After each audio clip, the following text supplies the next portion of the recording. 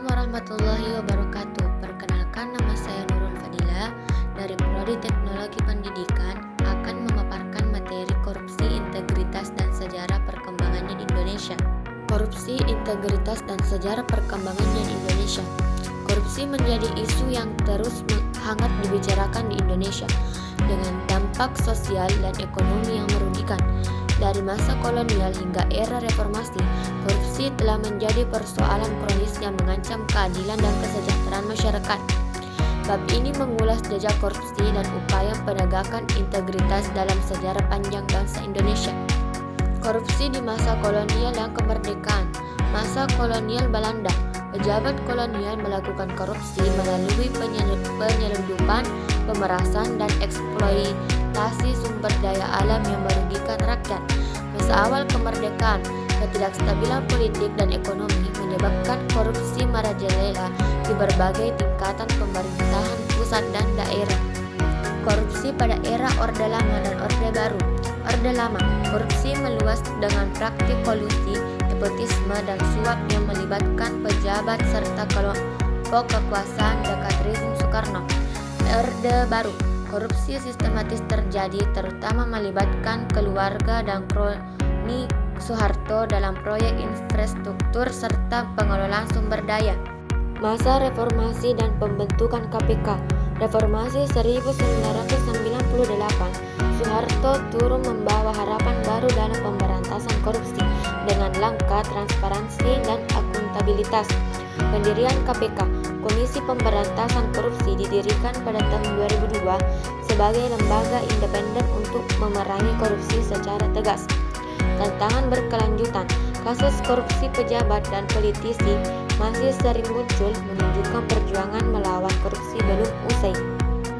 Pengertian korupsi dan integritas. Korupsi, praktik penyalahgunaan wewenang untuk keuntungan pribadi, berasal dari bahasa Latin corruption, untuk berarti sesuatu yang busuk dan merusak. Integritas, keutuhan moral yang jujur, adil, dan bertanggung jawab melawan korupsi dengan sikap transparan dan anti rasuah. Sejarah korupsi dan integritas di dunia dan di Indonesia. Masa kuno, korupsi sudah ada di Mesir, Yunani, dan India kuno, dianggap merusak moral dan keadilan masyarakat. Masa kolonial, penguasa kolonial melakukan korupsi dengan mengeksploitasi wilayah dan penduduk lokal demi keuntungan pribadi. Masa modern, korupsi masih berkembang di banyak negara termasuk Indonesia, meski ada upaya membangun integritas dan transparansi. Dinamika korupsi dan integritas di Indonesia. Masa kerajaan tradisional, korupsi terjadi melalui penyalahgunaan kekuasaan, nepotisme, dan suap di kalangan elit bangsawan dan pemungutan pajak. Masa kolonial, korupsi merajalela di pemerintahan kolonial VOC dan Hindia Belanda akibat gaji rendah dan lemahnya kontrol. Masa kemerdekaan, pemerintah Soekarno dan Soeharto berupaya memberantas korupsi dengan berbagai badan dan kebijakan meski hasilnya terbatas. Perkembangan pemberantasan korupsi pasca reformasi. Yang pertama, era reformasi, pembentukan lembaga anti korupsi seperti KPK, KPPU, dan Ombudsman sebagai upaya memperkuat integritas. Yang kedua, perjuangan politik beberapa presiden dan pemerintahan menghadapi tantangan korupsi internal dan skandal yang menghambat pemberantasan. Yang ketiga, kebijakan Jokowi, upaya membangun sistem pemerintahan transparan dan digital, serta mendorong regulasi pembatasan transaksi uang kartal. Kesimpulan dan harapan melawan korupsi. Korupsi adalah praktik jahat yang telah ada sejak lama dan merusak sendi kehidupan masyarakat dan negara. Integritas menjadi kunci penting dalam melawan korupsi dengan sikap jujur, transparan, dan bertanggung jawab.